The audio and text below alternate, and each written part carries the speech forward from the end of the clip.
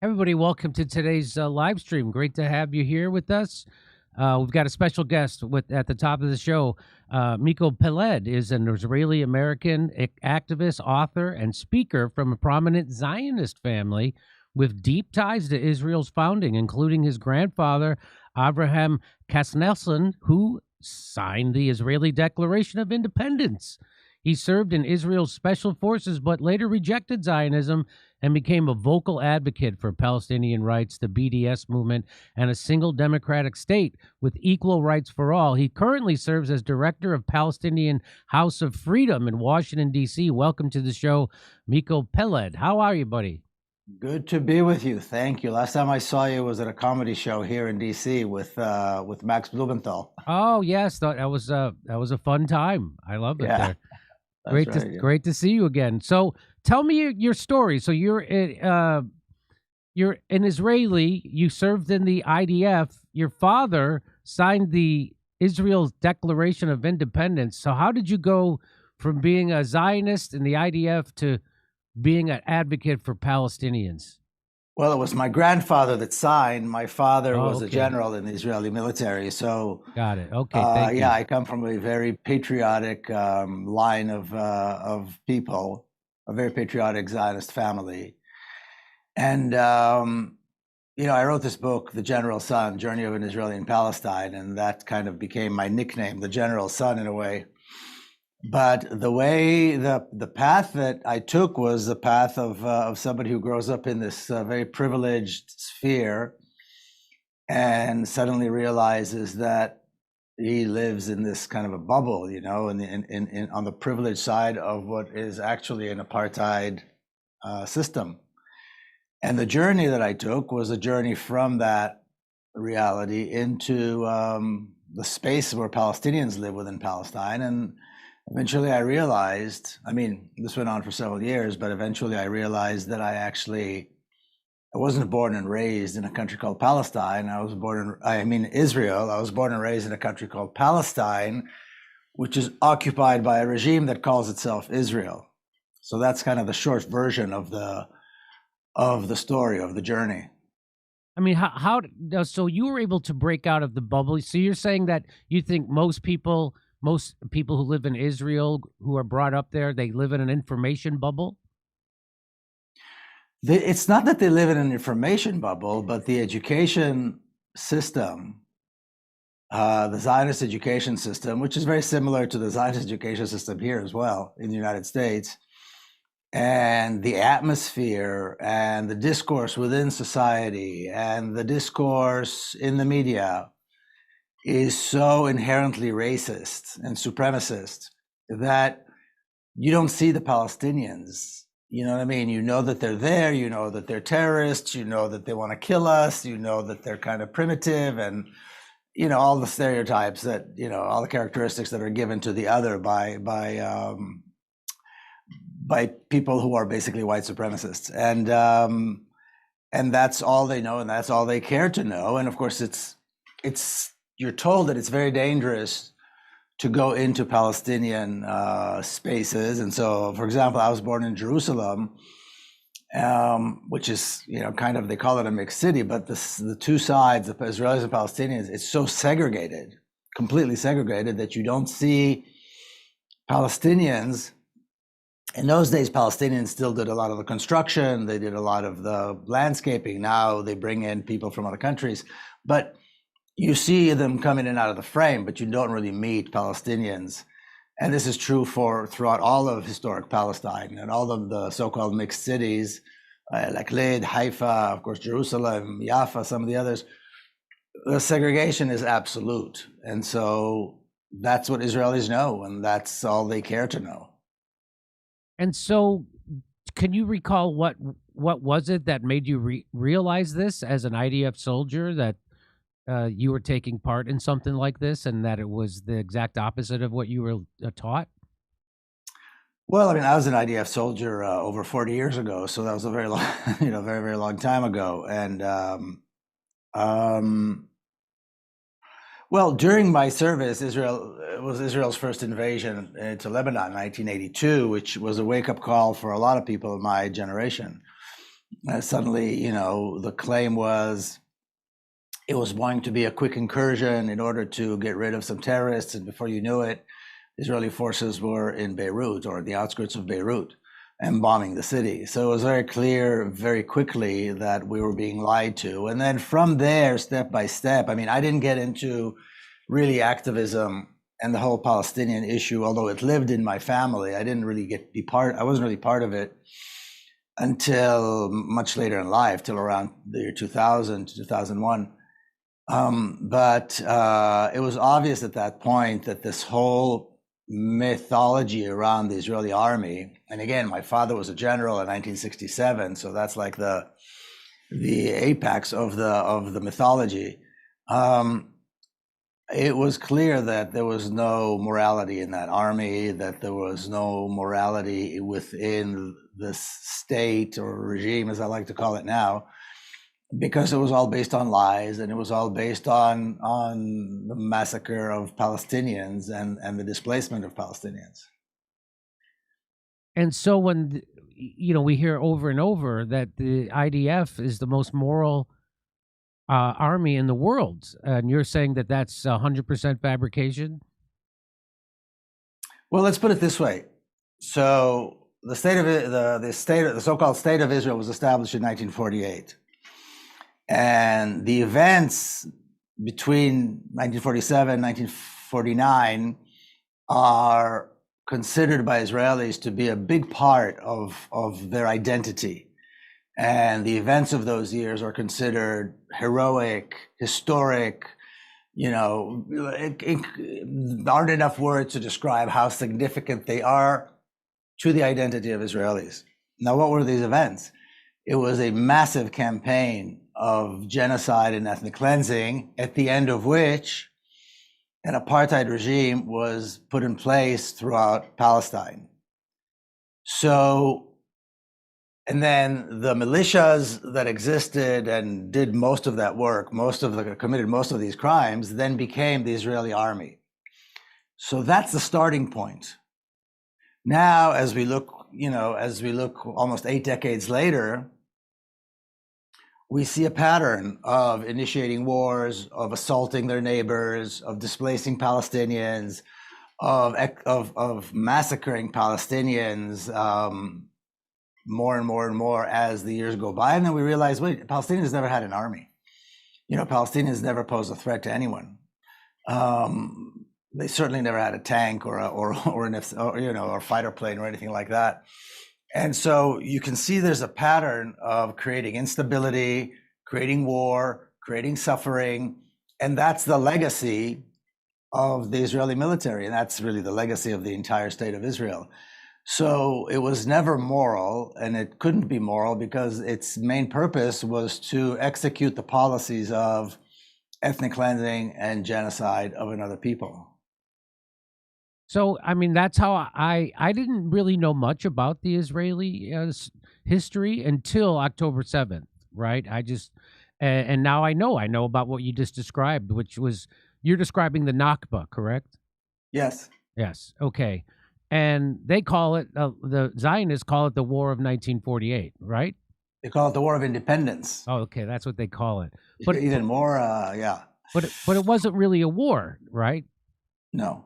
It was a campaign that began, many years before that, of mostly terrorist attacks against Palestinian civilians, and gradually, again, I don't want to get too much into the history, but after November of 1947, when the United Nations basically gave their stamp of approval to the establishment of the State of Israel, it was hyped, and it was full force ethnic cleansing and genocide for, till, late in 1949. And, some of Palestine, it continued until 50-51. So it was several years that the Nakba took place.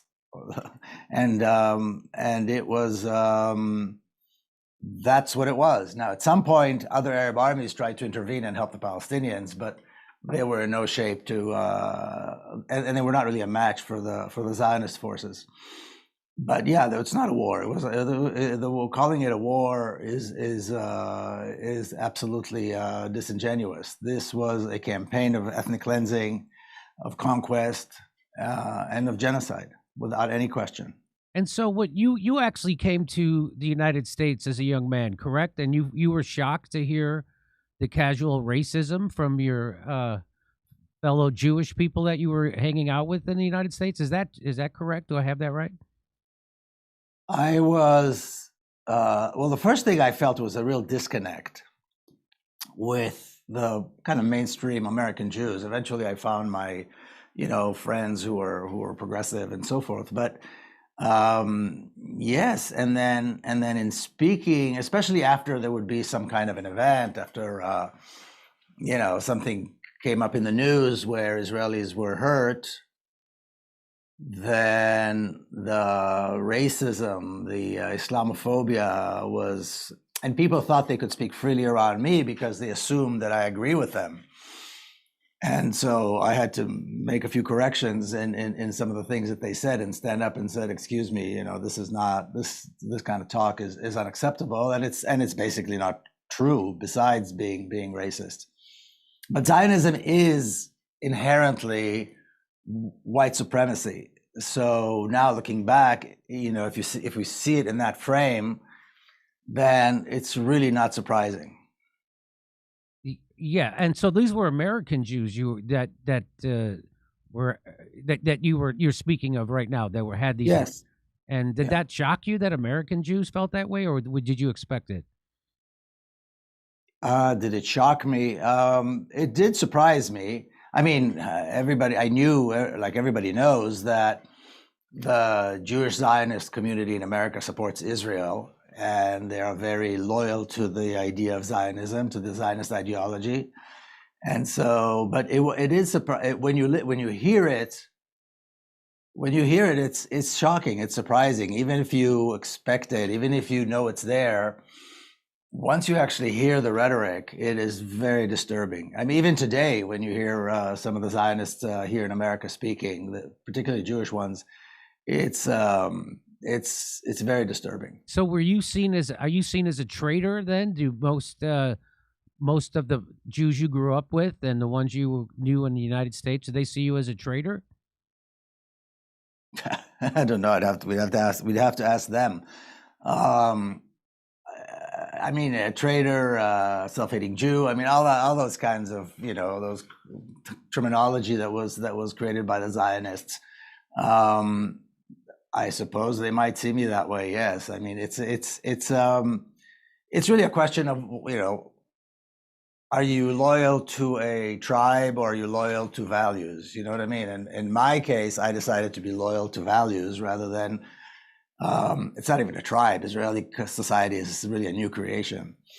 But rather than to be loyal to that and to uphold the crimes of my fathers, so to speak, I found my core values to lead me in another direction, obviously.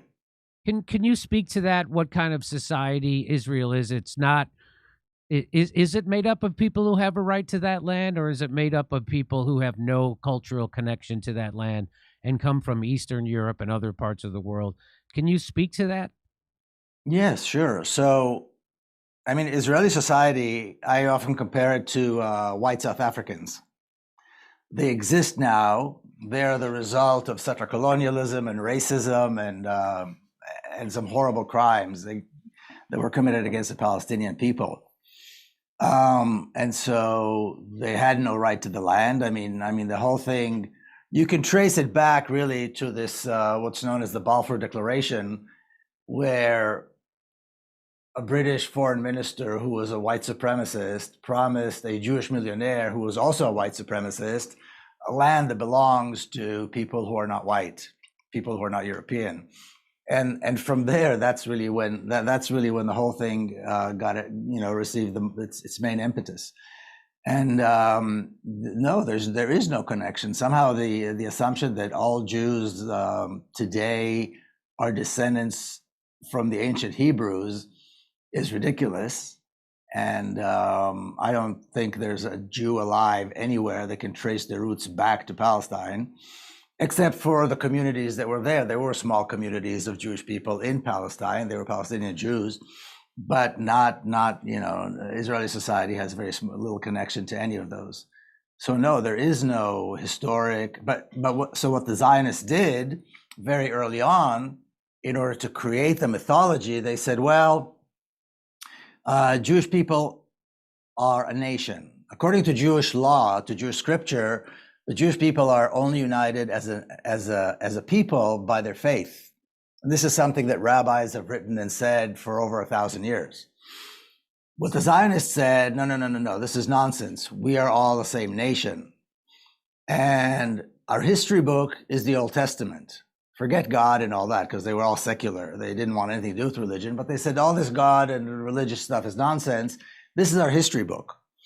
And our homeland is Palestine. So now you have a country, you have a history, and you have a people, and it's all made up. It was all completely made up. There was absolutely nothing in common between, say, my grandparents who came from Russia and Jews in Yemen or North Africa or in Iraq. Nothing in common, except that the people who are observant Jews followed the same Jewish laws, but there was nothing in common. And we saw, and we can still see, Israeli society is really a patchwork of different people tied up in Scotch tape, and every so often the Scotch tape falls off, and you got to kind of, reapply it. But there is no real connection, historic connection. It's all mythology.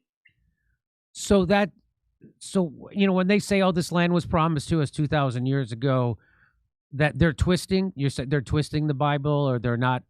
And that we've said this on the show before. You just said it again, that the original Zionists and lots of them, they weren't religious people at all. They were godless, yet they, there's a meme that goes around that these atheistic Zionists don't believe in God, but they're sure God promised them this land, which is kind of that's a quote from Ilan Pape, my good friend Ilan Pape, who is a historian. So first of all, my first reaction to that is, who cares what the Bible says? That has no bearing whatsoever on politics, on settler colonial. I mean, who cares what the Bible said? Let's say that the Bible said in big letters, God promised Jews this land. So what? What has that got to do with anything? if you believe it, you believe it. You don't believe it, you don't believe it. That's fine, but it has no bearing on anything, really. Who cares? And why people keep bringing it up as though it's relevant is really, it's impossible to understand, And we also know that other settler colonial societies use the Bible to justify their crimes. And so, taking other people's land, the land of people who are not white. But regardless, if you do read the scripture, the covenant between God and Abraham was an agreement. It was not a gift. Number one. Number two, Arabs are also descendants of Abraham. So the land is really promised to them as well. So to try to kick them out, to say he gave it only to us. But the entire conversation about what God said or didn't say, or what the Bible says or doesn't says, who cares? What relevance does it even have to what is happening today? And to try to take the conversation to that is, it's so ridiculous. And it's really gaslighting. It's what the Zionists do all the time. Yes, but God said so. Well, who cares what God said?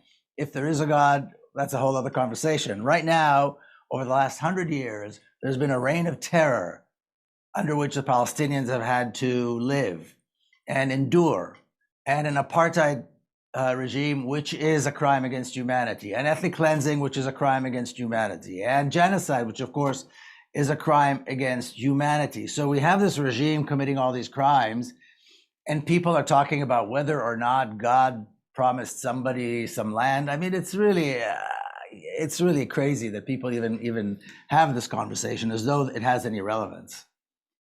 And so I heard Tucker Carlson point this out to Mike Huckabee, that when the Bible it says, he who blesses Israel shall be blessed, that doesn't refer to the political state country invented by the UN called Israel. That is not this. Those are not the two same Israels. The country, the state, the political faction, the Zionist state of Israel is not the same as the Israel that God's speaking about in the Bible. Can you talk about that at all? Well, of course not. The state of Israel, this regime of horror that has been, occupying Palestine for almost 100 years, is a branch of white supremacist settler colonialism.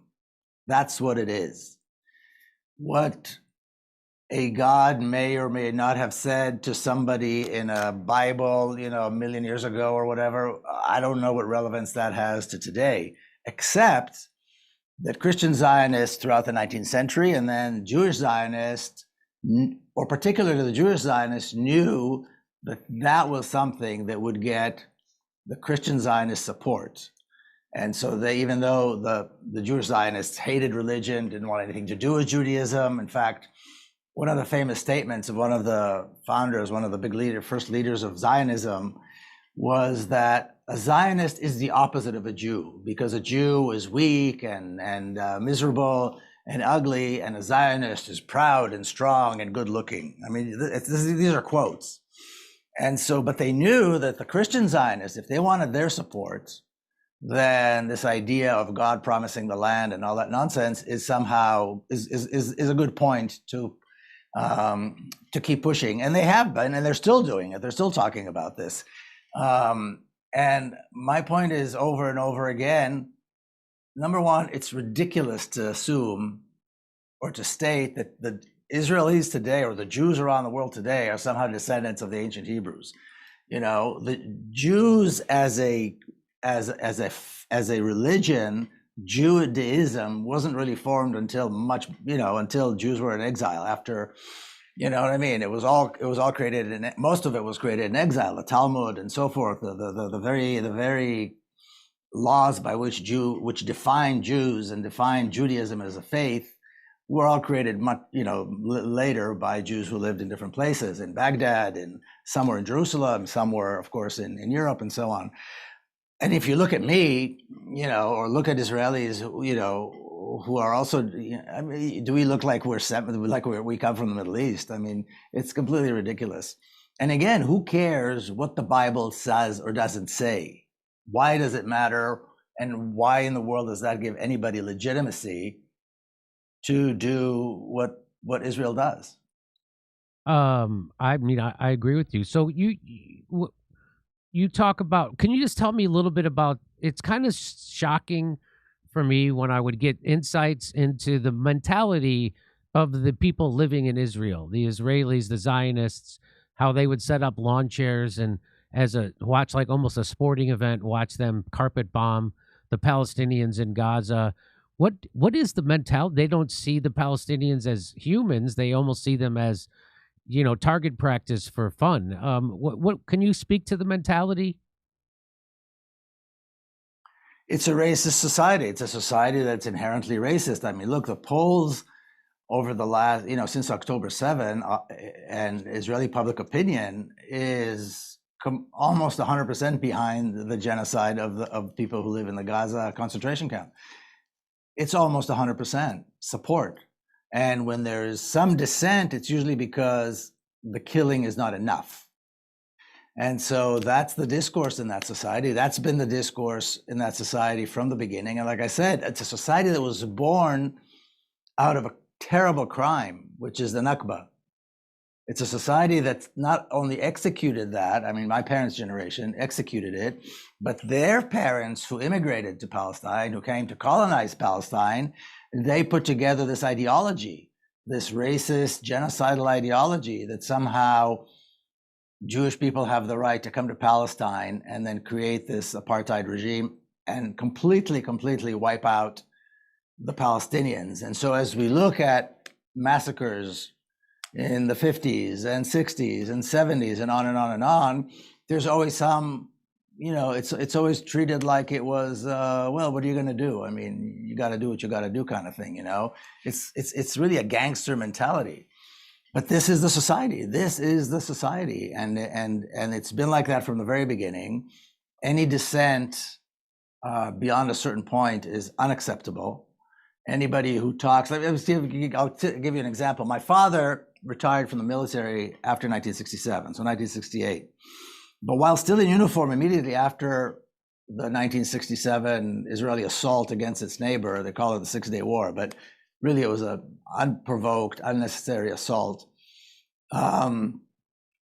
Immediately after the war was done, in the very first meeting of the Israeli High Command, he said, now we can make peace with the Palestinians.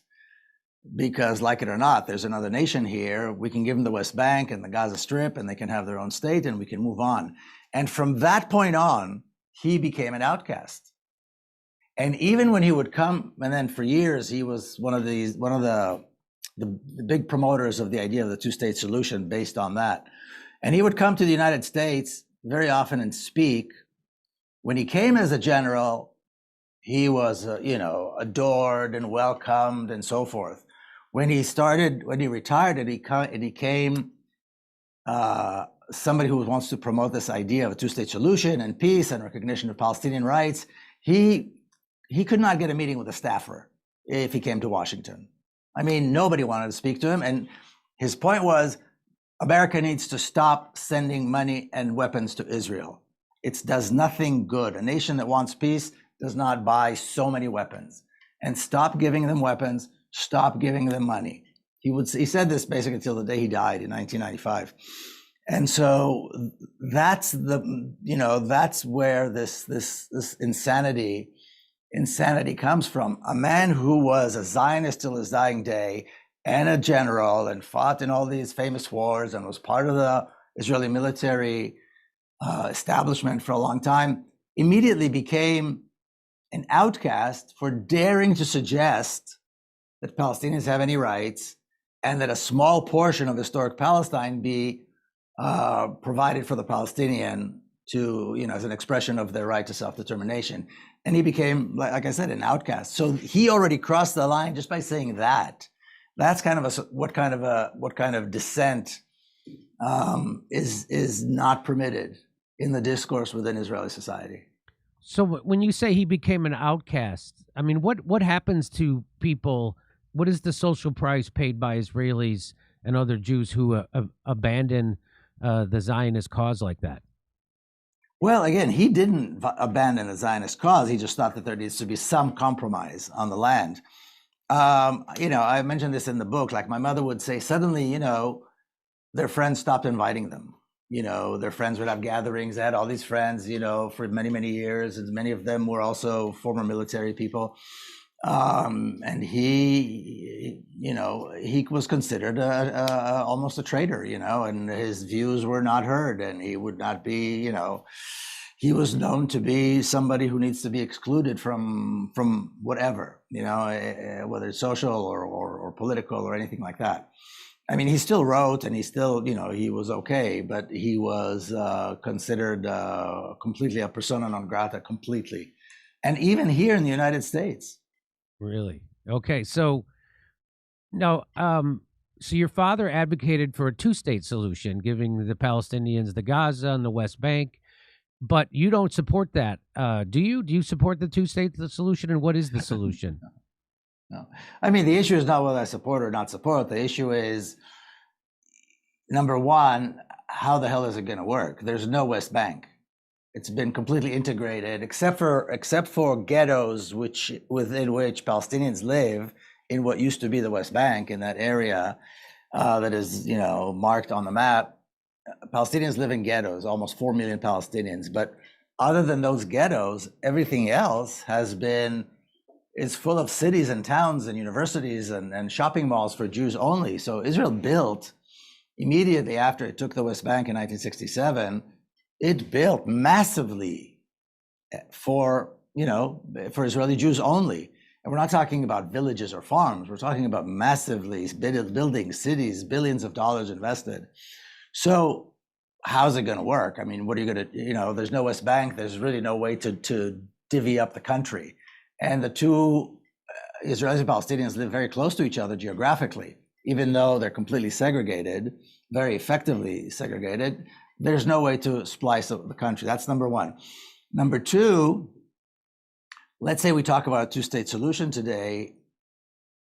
Initially, the determination was that the Palestinians get the small portion of their homeland and the Zionist colonizers get the lion's share. But how is that determined? Maybe it should be the other way around. So how do you determine who gets what part of the country? Again, it's kind of an absurd assumption to begin with. And the third point is, what are the virtues of having two states as opposed to creating a real democracy with equal rights, which is the original Palestinian platform going back decades, is a creation of a democracy with equal rights that respects all religions and all people and so forth. So today, when we talk about the choices, two-state solution is no longer a choice. It's ridiculous to even talk about it. Although here in Washington, D.C., people talk about it as though it was a serious option. The options are: we maintain our support for this cruel apartheid genocidal regime called Israel, or we fight to dismantle it and replace it with a free Palestine with equal rights, allowing the right of the refugees, or putting in mechanisms to allow the Palestinian refugees to return. So these are the two choices. And so I always say it's not a political issue, it's an issue of values. If somebody wants to support the state of Israel, then they need to own it and own the fact that they are supporting genocide, they're supporting apartheid, they're supporting horrific crimes against humanity. I mean, own it. If you're willing to say I'm a Zionist, own it. That's what Zionism is. There's no other Zionism. Now, if we believe in humanity and human rights and equality and justice and democracy and all these things that people like to say they believe in, then there's no way to support Zionism. The Zionist regime has to be dismantled and replaced. And, elections have to be called, one person, one vote, and a real democracy, a real free democratic Palestine needs to take its place. Those are really the only two options that exist today. And here at Palestine House of Freedom, which I, founded and I'm the director of, founded, I should say, along with Palestinian comrades. that's what we talk about. That's what we educate about. That's what we do our outreach about. That's what we hold events about. We have a very large space here on Capitol Hill. I'm not really close to the Capitol. We're working on our curriculum and so forth. So everything we do is geared toward getting people to understand there is a solution that benefits everyone. And that solution is dismantling apartheid and establishing a free Palestine with equal rights and on all of historic Palestine. So when you say establish a free Palestine, you mean renaming Israel Palestine, or you're talking about the whole Israel and the parts that are currently occupied by Palestinians? You make it one state, call it Palestine. Is that what you're advocating? Well, it's not renaming it. It was Palestine for thousands of years. Right. And one day in May of 1948, they changed the name, right, and they called it Israel. So it's not changing the name, it's returning to its original name, which is Palestine, and including all of it, from the River Jordan to the Mediterranean, from the northern border with Syria and Lebanon to the borders in the south, the Gulf of Aqaba. The boundaries of Palestine are well defined. And so what we're talking about is, yes, from the river to the sea, this term that seems to scare everyone, to liberate the country, liberate the people, and to be quite honest, it will liberate the colonizers. It'll liberate Israelis too, to live in a real free society, to live in a democracy. Until now, the history of this regime, the history of the state, is one that created all the instability, the refugees, the suffering, the wars. For almost 100 years, Western Asia and North Africa have been affected. There's been instability because of that. That has been the source. And now, of course, attacking Iran. That it's a continuation of the same problem. They thrive on instability in around them. And so, yes, that's what we're talking about. We're talking about returning Palestine to be Palestine as it was before 1948, and is allowing elections to take place and having a real democracy with complete equal rights. And what do you say to people when I'll tell a Zionist, yeah, but it's an apartheid state, and they'll say back to me that no, Palestinians have full rights in Israel, and they're even parts of the Knesset. And what do you say? Because they say they get to vote and they get to run for. What do you say when someone says that? Well, that's a great question, because that is part of our outreach, particularly the education that we're doing at the Capitol. If you look at the law books, at the laws that were passed and the policies that exist, and if you just drive up and down the country, you'll see it in your eyes. You'll see it with your very eyes.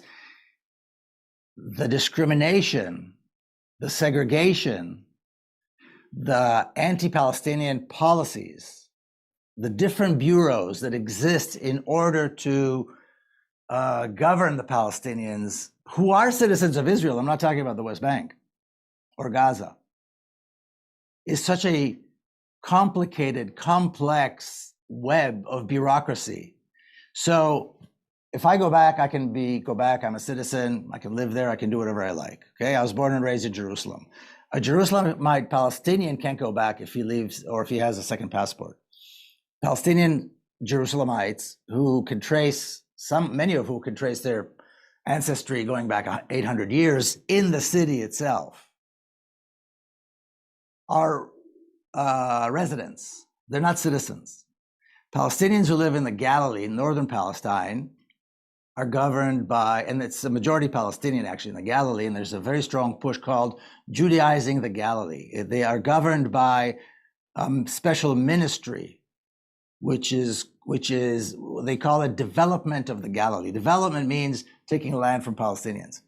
In the Naqab, which is the entire southern half of Palestine, you have some 300,000 Palestinian Bedouin, more than half of which live without water, roads, access to education, access to electricity, access to medical care, and on and on and on and on. Their homes are being demolished at an unbelievable rate, and so forth. And they are governed by a different bureaucracy.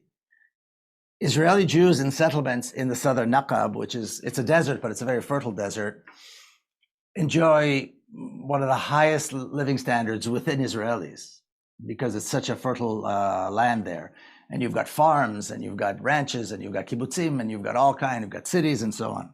The Palestinian Bedouin are the poorest of the poor.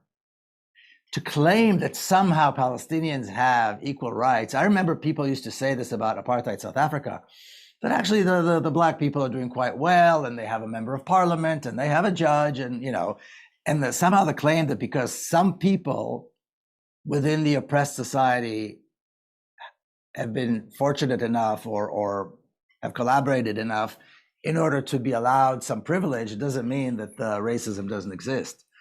So you've got a whole bunch, several different bureaucracies that govern the lives of Palestinians, but the most prominent one is the Shabak, the Israeli secret police. You cannot get a driver's license, you can't get a mortgage, you can't get a job, you can't do anything unless you get the approval of the secret police first. And these are for citizens. Now there's about 2 million Palestinian citizens of Israel, as they call them. And their cities are, they're denied water. That's the biggest part. Israel controls all the water. Palestinians throughout all of Palestine, so some 7.5 million Palestinians, and maybe 6.5 or so billion Israelis, they're given 3% of the water. 3. So when you drive up and down the country, you see the Palestinian towns, and I'm talking about within what's called Israel proper, and then you see the Israeli settlements and modern cities and so forth. You see the difference. Unless you understand that they're not getting water, unless you understand that there are no plans for infrastructure, for growth, there are, unless you understand the politics and the policies that apply to Palestinians, it's impossible to understand why Palestinians live in these conditions. And it goes back to the apartheid regime.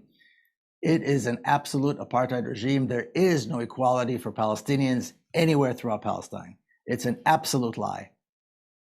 And let me just ask you one final question. You mentioned that Israel started with the Balfour Declaration, which gave them the right to the land, but it was given to them by the UK, which also didn't have a right to that land. They were illegally occupying it, and then they gave it. So what was in it? Why? Can you tell me the history? Why did the UK want to give the Balfour Declaration to the Zionists? Well, the Balfour Declaration is a very short letter that was written by Lord Balfour, who was the foreign minister of the United Kingdom, to a Jewish millionaire by the name of Rothschild. And in this short letter, he says that the United Kingdom views favorably the establishment of a Jewish homeland in Palestine, and that this should not infringe upon the rights of the non-Jews. Now, there were very few Jewish people in Palestine at the time, and there was a vast majority of Muslims and some Christians. To refer to the Palestinians as the non-Jews, I mean, you understand what they're already saying there? The Jews are somehow priority. So basically what I said earlier, you have one white supremacist giving another white supremacist a land that belongs to other people completely. They have no right to whatsoever. Neither one of them has any connection or any right to Palestine. Why they did it, is a long story, and I don't know if we're going to get into that. But that is what the Balfour Declaration is, and that gave the kind of the impetus to say, well, the British support it, and so now we're going to go and it's going to be, and of course it was the beginning of the British support for the Zionist colonization of Palestine, without any question. So what was in it for the UK to do that? I mean, what did they get out of ceding that land to the Zionists? Well, that's a good question. I mean, Balfour was a rabid anti-Semite, and so I guess one advantage was to get rid of the Jews. Another advantage is to have a European colony in the region, in Western Asia, in Palestine, and they really believed that, the phrase "a land without a people." They knew that there were people there. Everybody knew. I mean, they did commerce with Palestine. They visited Palestine. Palestine was a thriving country. But these people were not people that counted because they were not white. And so it's racism, it's settler colonialism. I mean, we can ask why there's settler colonialism anywhere. Why does one side support the other? These are questions for books have been written about this. But I think at the end of the day, the Zionists were very clever in that they saw how they can use Christian Zionists and Christian evangelicals who read the Bible literally and still do, and get them on board. And that was the success of that generation of Zionists. And so, have you heard the theory that the Balfour Declaration was a payback for the Jews for getting America involved in World War I? Have you heard that theory? I've heard the theory. I've not seen any real evidence, and I spoke to some historians who know the issue very well, and the evidence is tenuous. But it could have been part of it. I mean, it was well known already that Jewish people and held important positions of power in the United States and money and so forth. But I have to also say that in those days, the vast majority of American Jews rejected Zionism. The vast majority of Jews around the world rejected Zionism. So that's a big part of the story that is often forgotten.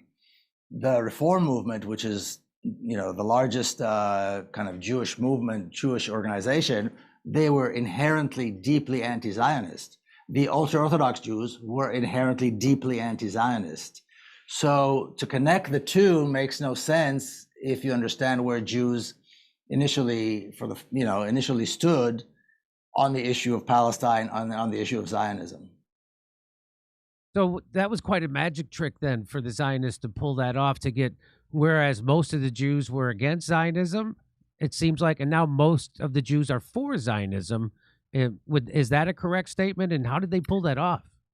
I don't know that most Jews, but what the Zionists understood is that education is the key. So if we look at Jewish institutions where the big Jewish communities existed on the East and West Coast, they had their own, the European Jews had their own European culture. They had they spoke Yiddish, they wrote in Yiddish, they had newspapers and theater and so on. That was a thriving culture. And gradually the Zionists came in and slowly but surely killed it, started building what they call like Jewish day schools or Jewish high schools and so on, which are private Zionist schools. And they exist throughout the country, and they've done a great job. And so they eliminated, and the Zionists looked down at Yiddish. They looked down at Jewish culture.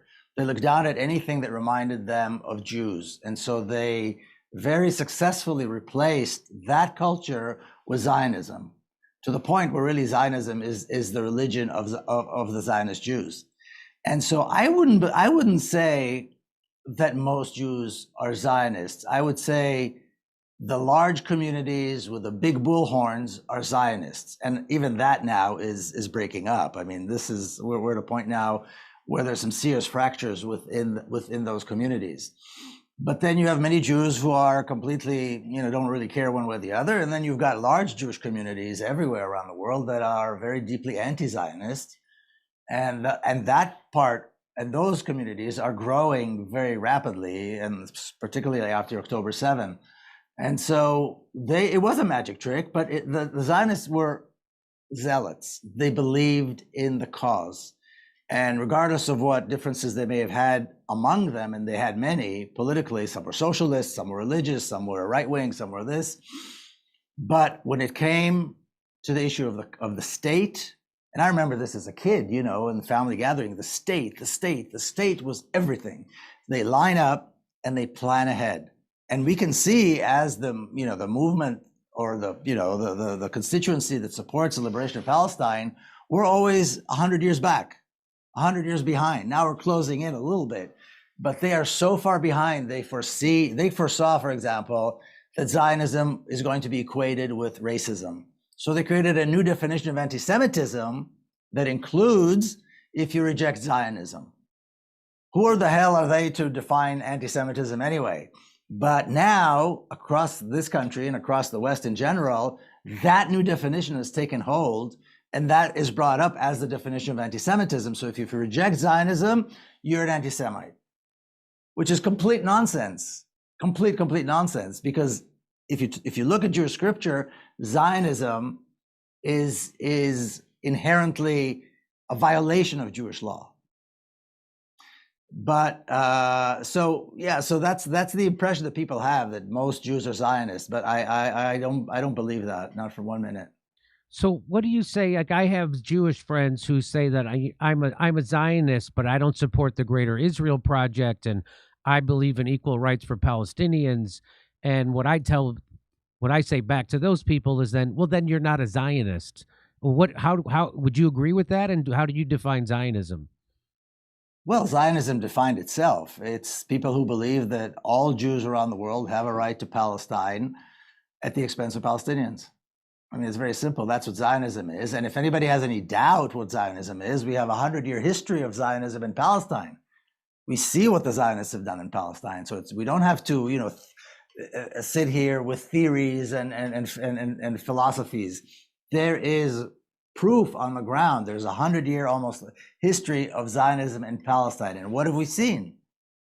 We've seen suffering and killing and all these horrific crimes that the Zionists have committed systemically, not like a bad apple here or there, but systemically. That's what Zionism is. There's no other Zionism. So like I said earlier, if you claim to be a Zionist, this is it. If you reject that, then the other option is to reject Zionism completely, just like we reject white supremacy, just like we reject anti-Semitism, and on and on and on and on. Zionism is in the same column, so to speak, as white supremacy and other forms of racism, including anti-Semitism. So people have to make a choice, and they don't like to. So they kind of look for some kind of a gray area. But there's no gray area when it comes to racism. You're either a racist or you reject racism.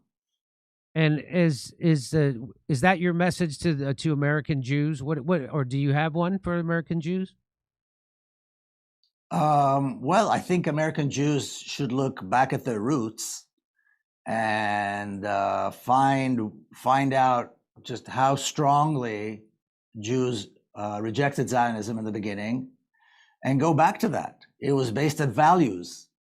And for religious people, it was based on religion. People who are, observant Jews, the rejection of observant Jews, which still goes on today in many places, is based on faith. It's based on the Jewish scripture. So whether you're secular or religious, if you look back at the roots, you will see all the good reasons to reject Zionism and liberate Palestine, because they go hand in hand. So the Hasidics, correct me if I'm wrong on this, because there's a good chance I am, that they see the state of Israel as being a blaspheme because, according to their biblical text, they say that they're supposed to wait for the Messiah to come back, and then they establish the homeland, but they're doing it before the Savior comes. Do I have that close, or how? Can you explain that? Well, it's so, according to the faith, according to Judaism, the Jews sinned and were therefore expelled. Because like I said earlier, the deal was they get to remain in the Holy Land if they observe God's laws. They didn't, they sinned, they were expelled. And they're not allowed to return until such day that the Almighty shows them that it's okay to return, and that hasn't happened. Now, it's not about sovereignty. It's about worship. The craving of Jews throughout the world for, to come back to Jerusalem and so forth, it's not about sovereignty. It's not about a state. It's not about a homeland. Jews have homelands throughout the world. Wherever Jews live, that's where they are. You have American Jews, Mexican Jews, and on and on and on. It's about worship. And the day that the Messiah comes, everybody will worship the Lord, and they will turn their swords into plowshares, and there will be no more war, and that sort of thing. That's the vision of what will happen. It's not about coming in and creating sovereignty and a modern state over all of Palestine. It has nothing to do with that. It's all about worship. And the scriptures very clearly state that Jews are prohibited from mass return and or taking over the Holy Land. And I'll just tell you a little story. There's a great anti-Zionist rabbi in the UK. His name is Rabbi Beck, Elchanan Beck. He's very outspoken. And there was an interview with him, and so he takes the reporter into the synagogue, and the reporter says to him, "How is Zionism, a violation of Jewish faith?" And he takes him to the Ten Commandments, and he sees, you see this? Thou shalt not steal. You see this? Thou shalt not murder. That's it, because that's what Zionism is all about. So it's really quite simple why observant Jews reject Zionism, and today, they're rejecting the service in the military, and they're supposed to, they changed the laws there. It's a long story, but tens of thousands of young observant Jews are saying, we will not serve in your army, and these are ones that live, in Palestine. Right, in Israel. All right, well, Miko Peled, I appreciate you, the author of The General's Son, and he is now the director of Palestine House of Freedom in Washington, D.C. Thanks for making time for us today. I appreciate it very much. Thanks for filling in our audience on what's happening, and best of luck to you. Do before we let you go, do you have any predictions on how this is going to end? How the situation in Palestine is going to end? Yes.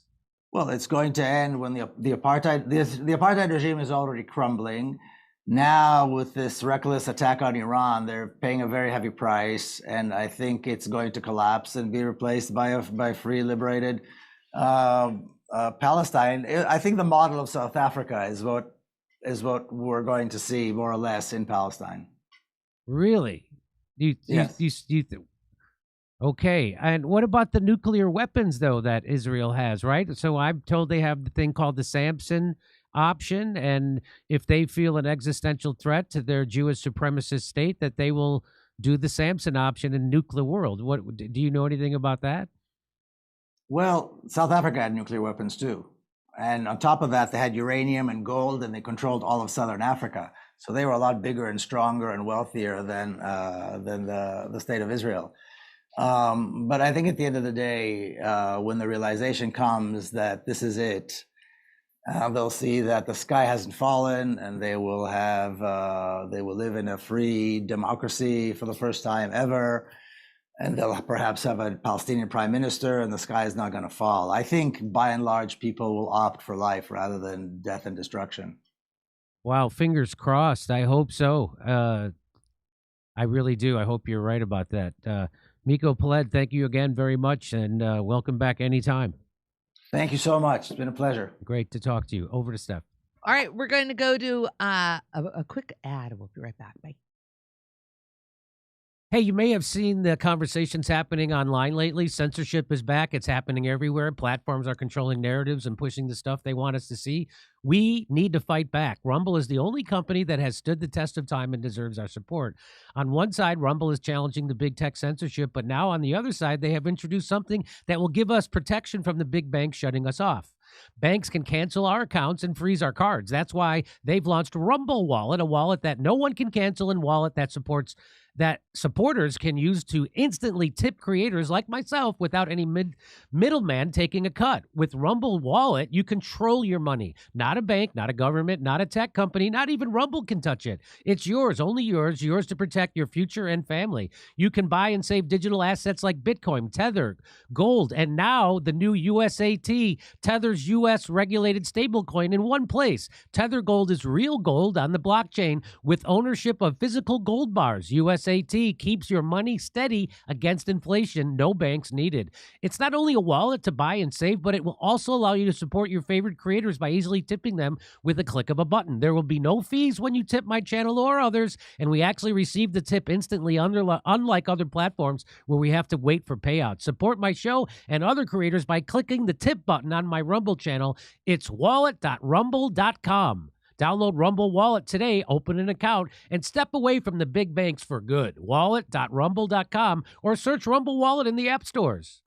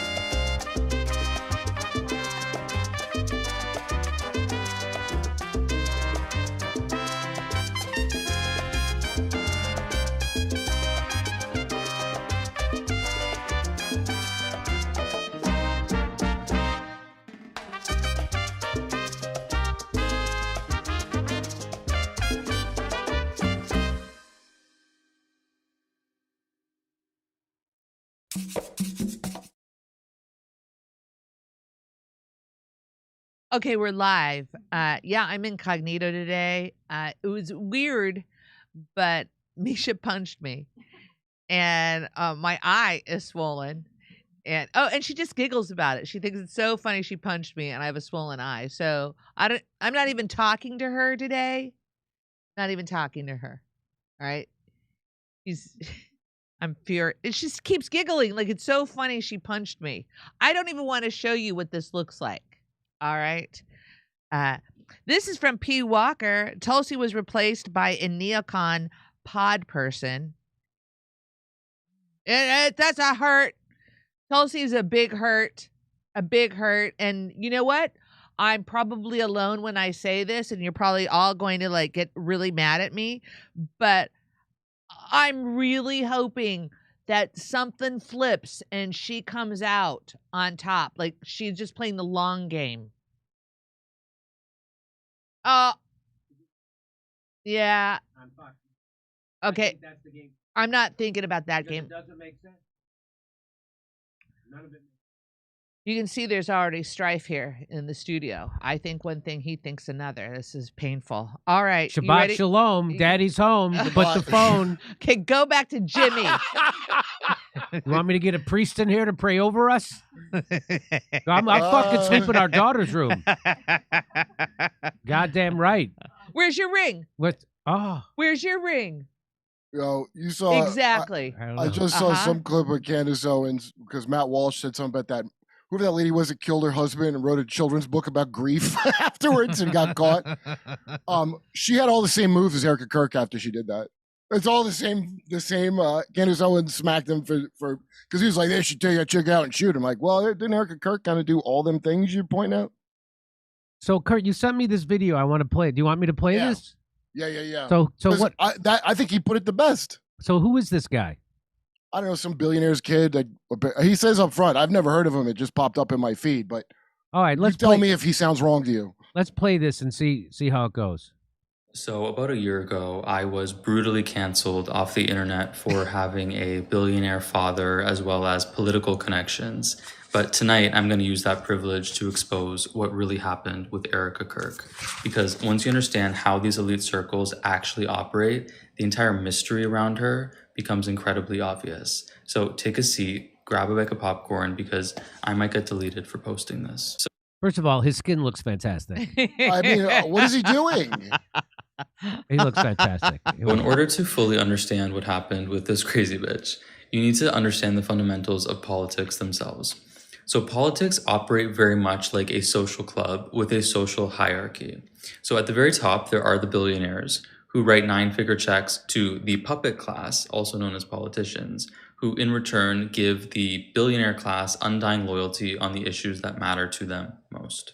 Now, the most important thing for you to drill in your fucking head to really understand this story is that you may look at a President Obama, for example, and think that he is at the top of the social pyramid. That is absolutely not true. When there are... Now, Kurt, you and I are smart enough to know that that is not the case. That the president of the United States is not the boss, that they actually have bosses, and Donald Trump is serving one of his bosses right now by attacking Iran, bombing Yemen, bombing Somalia. Right. That's what he said. That's what that's what Trump said. No, I mean, this kid's saying what you're saying. Yeah. So I'm just saying that. So we've known this for a while. We've been saying this for a while at this show. Right. No, the interesting part is coming up. Okay.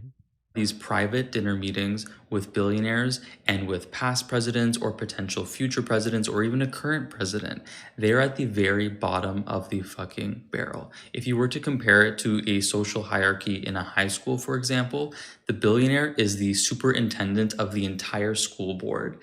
And a President Obama, for example, is like the president of student council. He actually has no power over the school whatsoever. It's completely performative. Every single time you've ever voted, you are really voting for someone that was handpicked for you by a billionaire who doesn't want to run themselves because they are busy ruining the planet. And honestly, being a politician is seen, as I said, in these social circles, at these dinner parties, as a very lowly job. So in summary, every single person who has made it to the level of a vice president or a president is nothing but a billionaire's bitch. So then this brings us to the fundamentals needed to understand the story of Charlie and Erica Kirk. So in 2018, a former pageant queen, Miss Arizona, Miss Erica Franzfey, stumbled into the brand new Turning Point USA office in Phoenix, Arizona. While she was there, she very quickly bumped into Charlie Kirk, who then flew her to New York City for her job interview at a burger joint, a restaurant called Bill's Burgers.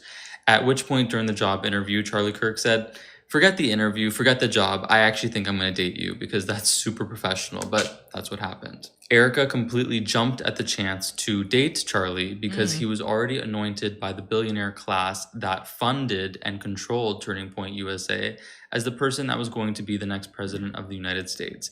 This was not something that was a secret. This was not something that was implicit. This was something that was explicit in several conversations.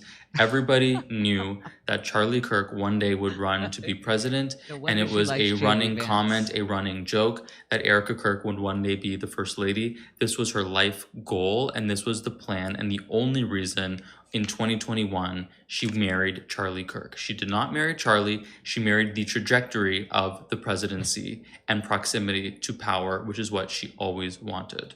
Erica Kirk was never a stay-at-home wife. She was the operator. She hosted the donor dinners, she schmoozed the billionaires, she sealed the checks, and she ran all of the events. This is documented. Charlie was nothing but the face. He was the schmuck, the puppet that went to university to embarrass college kids, to then clip them on social media and raise money for his political campaign disguised as a charity. That's all it ever was. And Erica was the one that upkept and fostered the relationships with the billionaire class. Well, I don't think there's any doubt that what he's saying there is true, that TPUSA was a political organization disguised as a nonprofit charity organization. They were not. They were 100%. In fact, they were talking about it being more powerful, or it being the new RNC, that it is more powerful than the RNC. TPUSA now controlled everybody under 30 years old and conservative wise and their voting habits. And so he's right about that. It was never a real nonprofit. It was there. Everybody was making lots of money off of TPUSA, getting lots of money from billionaire donors, Jewish Zionist donors and Christian Zionist donors. And so he's right about that. It was never, it was a political organization disguised as a nonprofit. Okay, here we go. Agreement for them was very simple. Do what you're told, ride the youth wave to the White House, and then become president and first lady of the United States. But things didn't go quite according to plan, because somewhere along the line, Charlie Kirk grew the tiniest little piece of a spine. So in 2024, Charlie began defecting on some issues that were very important to the billionaires that owned him, specifically issues regarding foreign policy. The donors began to panic that their puppet was defecting on the only issue that actually matters to them. So they attempted to appeal to him through the only lever of control they had left, which was his wife. So let me just very quickly let you know that TPUSA was started by a guy who recruited Charlie Kirk. That guy is a Zionist. He works for Zionists. The whole TPUSA organization was funded, founded, and started by Zionists for Zionism. So when Charlie Kirk started to turn against Zionism, you can imagine the freak out they were having, because the whole point of this was to further the Zionist cause. That was the whole point of this. And so when he started to turn against the people who've been funding him all this time and making him a star all this time, they're not going to have that. So when he started to wake up, I think what happened was he woke up to that, like, oh my God, this whole thing is being run for Zionism, which I can no longer support. And so as soon as that happened, they offed him. And it wasn't, what's that? The best part is coming. Where he's okay, which it wasn't a bullet, by the way, that killed him. Yeah, no shit. It wasn't a bullet, but here we go. Erica then began pestering Charlie every single night, which put immense strain on their marriage. Support the war, do what you're told, you're ruining everything that we built together. And it actually got to the point where this is documented that a priest had to be called to pray over their collapsing marriage, which I believe detonated the night of September 9th, the night before Charlie was murdered. Erica herself admitted on national television that at 2:30 in the morning, she urged Charlie to sleep alone in their daughter's room so he could rest better before Utah. In the morning, Charlie grabbed his ring and his necklace from the bathroom and left for this huge, very important event without saying goodbye to his wife. It's been reported that shortly before his assassination, he messaged one of his friends saying, "It feels like it's over." A lot of people interpreted this as him talking about his life, but I think it's very obvious he was talking about his marriage. I think the night of September 9th, there was a fight, and Charlie and Erica decided that they would be getting a divorce. Now, I believe the only explanation that makes any sense is around the same time of Charlie messaging his friends that it's over in reference to his marriage. Erica also messaged the donors saying it's over, not only in reference to her marriage to Charlie, but in reference to all hope being lost that he would ever come back to their side politically, because he literally texted other people that he would be leaving the Israel cause. Now, from the donor's perspective, the looming divorce between Charlie and Erica not only could represent the end of Turning Point USA from an optics perspective, would be absolutely catastrophic, but also represents the fact that the very last string on their puppet, which was Erica, is gone. So they had no choice but to do what the mob does when you don't listen to them after you take their money, which is to get rid of you. And we all know what happened next. Conveniently, a 22-year-old from 142 yards away with the best shot in the entire world got rid of Charlie just in time to save Turning Point USA and anoint the new CEO, which is, of course, Erica Kirk. Just in time, right before Charlie was able to announce the divorce or the fact that he was leaving the cause. Nobody in the history of political assassinations has ever acted as bizarre as Erica Kirk. And I think that thing we're all registering as inauthenticity is actually guilt. Not only did Erica Kirk immediately accept the lone gunman narrative that doesn't make any sense for a multitude of reasons, she actually scolded the public for demanding answers and for being skeptical. The only reason she's not demanding answers is because she knows exactly who did it and why. Within 72 hours of the assassination, the domain Vance Kirk 2028 was purchased. Erica immediately sprints to take the throne of her dead husband by becoming CEO of Turning Point USA, and publicly forgives the shooter on camera before we can even actually establish if he really was the killer or if he acted alone. Bullshit, and if you believe that, you are a fucking idiot. And just this week, the orange puppet appointed her to sit on the exact same seat on the US Air Force Academy Board that Charlie once had, advising on foreign policy.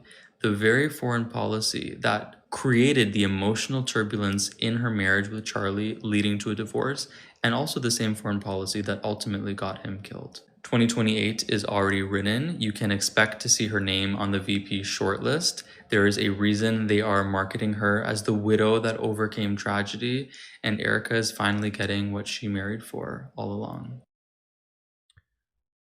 Whoa. Well, Yeah. all I'm going to say is that makes absolutely 100% sense. That's I couldn't actually believe how much sense it made. that's the narrative that actually makes sense. That's logical. It's consistent. It makes when you put the facts together, that's the conclusion that is the most sensible. And that guy, by the way, that guy is his YouTube channel, or the one that this appeared on, is called Be Better Company. Probably some skincare, I bet, Jimmy. At Be Better Company. Well, it's got to be a skincare because oh my God. It is? It is. Hey, I'm a marketing guy from TikTok. So that's where this appeared. So I don't know who this kid is. Don't know why it came up my feed, but I'm glad it did. I could never have said it better than that. So this is him though. He's at Be Better Company, and he's marketing Be Better stuff.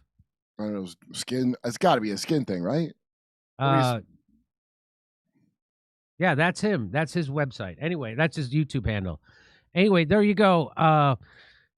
It's I've had people in my life who I like, who say to me, like, I had someone say, Jimmy, I was at the TPUSA right after a week after Charlie's death, and Erica was really distraught. She was and I'm just like, that doesn't mean anything to me. Your interpretation of her emotions, because none of this makes sense. That's not how anybody would act. That's not how a grieving widow, she would want to know who actually killed her husband. She wouldn't tell people looking into it to shut up, because we all know that's a garbage story from the FBI, that it was that lone nut with a 30-06, but it somehow didn't go through his neck and barely even messed it up, really. So she's so distraught, she announced herself the way the WWE would do a new wrestler. Yeah, that's right. What?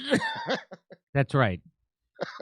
So those people who say stuff like that, to me, it's like, so you're just going to ignore all that stuff? Oh, no, I don't think that it happened the way they said it. Well, then why doesn't she say that? Well, why doesn't she am I come saying it? Why am I saying it? Why are you trying to defend her and also say it? But she doesn't say it. She doesn't say it because what this guy just said is true. Yeah. Yeah. She was going to be, hey, right-wing Hillary, everybody. That's going to be fun. Get ready for right-wing Hillary. Right-wing Hillary. And when she doesn't get elected president because she is somehow less likable than Hillary, somehow she pulled that off, her vengeance, Hillary hates everybody for not making her the president.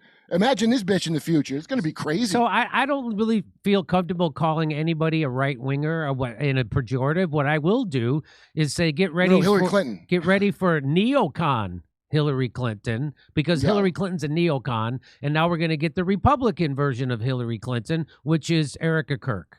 Well, that feeds into the clone theory that I have. And that's I know. But I would call them neocons. I wouldn't call them conservatives. I wouldn't call them Republicans. I just mean for Hillary Clinton. I know what you mean. Yes. Who's that for? A Hillary Clinton who's ostensibly right wing. Who would that be for? So be better. Great job. It takes a billionaire's kid to understand the system. And that is the system. So the idea that you think that power rests at the White House or in Congress, when they're having a session of Congress, they're doing the bidding of the owner class, right? They're not doing, there's a session of Congress, they're not there trying to figure out how to help students or the elderly or workers or how to improve our country. They're there to figure out, what does the owner class, the donor class, what do they really want? And that's what we're going to do. Even if somebody gets, so there's Thomas Massey, who might be a genuine character, right? So he has the conviction of his beliefs, and but there's not enough of them. The leadership, the Republican leadership, the Democratic leadership, the parties, the RNC, the DNC, they all work for the same people, and it's the owner class. So there might be one or two mavericks like Marjorie Taylor Greene or Thomas Massey, but you've already seen that the people who are supposed to be mavericks in the Democratic Party, like AOC and the Squad, they're 100% on board for the establishment. So they're all serving the same people. And the people who you think are in control are not in control, and it's obvious that Donald Trump is not in control. It's based on his old statements to now. Right, to now. All right, well, that was great. If you'd like to hear my jokes about this, come see me in San Antonio on Thursday. I'll be in Albuquerque, Houston, Dallas, Salt Lake City, Las Vegas, and then on May 7th, I'm going to be in Burbank, California. Only a few tickets. Get them. They're going fast. Burbank, California, May 7th. That's a Thursday. And then I'll see you in Tulsa, Oklahoma City, Spokane, and Tacoma. Go to jimmydore.com for a link for those tickets, because those are where you're going to find the cheapest tickets. Anywhere else, they'll charge you more. Over to Steph. Jimmy, do you want to do one more story and then we'll do Rumble? Feel good about that? One more story and then Rumble? What time is it? It is 2:50. No, let's go. Oh, okay, folks. Yeah. So right now, you got to write a commercial? How do you want to do? No, you tell me how. Commercial? Please, okay, Andrew, go ahead and play it. Thank you. So, you sell merch? Yeah. Like right now I'm wearing one of our t-shirts. I would unite with anybody to do right and with nobody to do wrong. Frederick Douglass. And would you really unite with anybody, Anybody? Absolutely. Chris Cuomo, Whoopi Goldberg, Katy Perry. She's dating Trudeau. Ugh. Ugh. So I was on your website and I saw you have this design that's like, you don't get in trouble for telling lies, you get in trouble for telling the truth. You mean this? Yeah. Uh-huh. And we also have the classic bullhorn. People love it. Hey, wait a minute. Are you filming me? What? Give me that. Wait a minute. Hashtag honeypot. What, are you trying to extract information or something? Okay, so what if I am? I'm trying to seduce you so I can get a coupon to your merch store.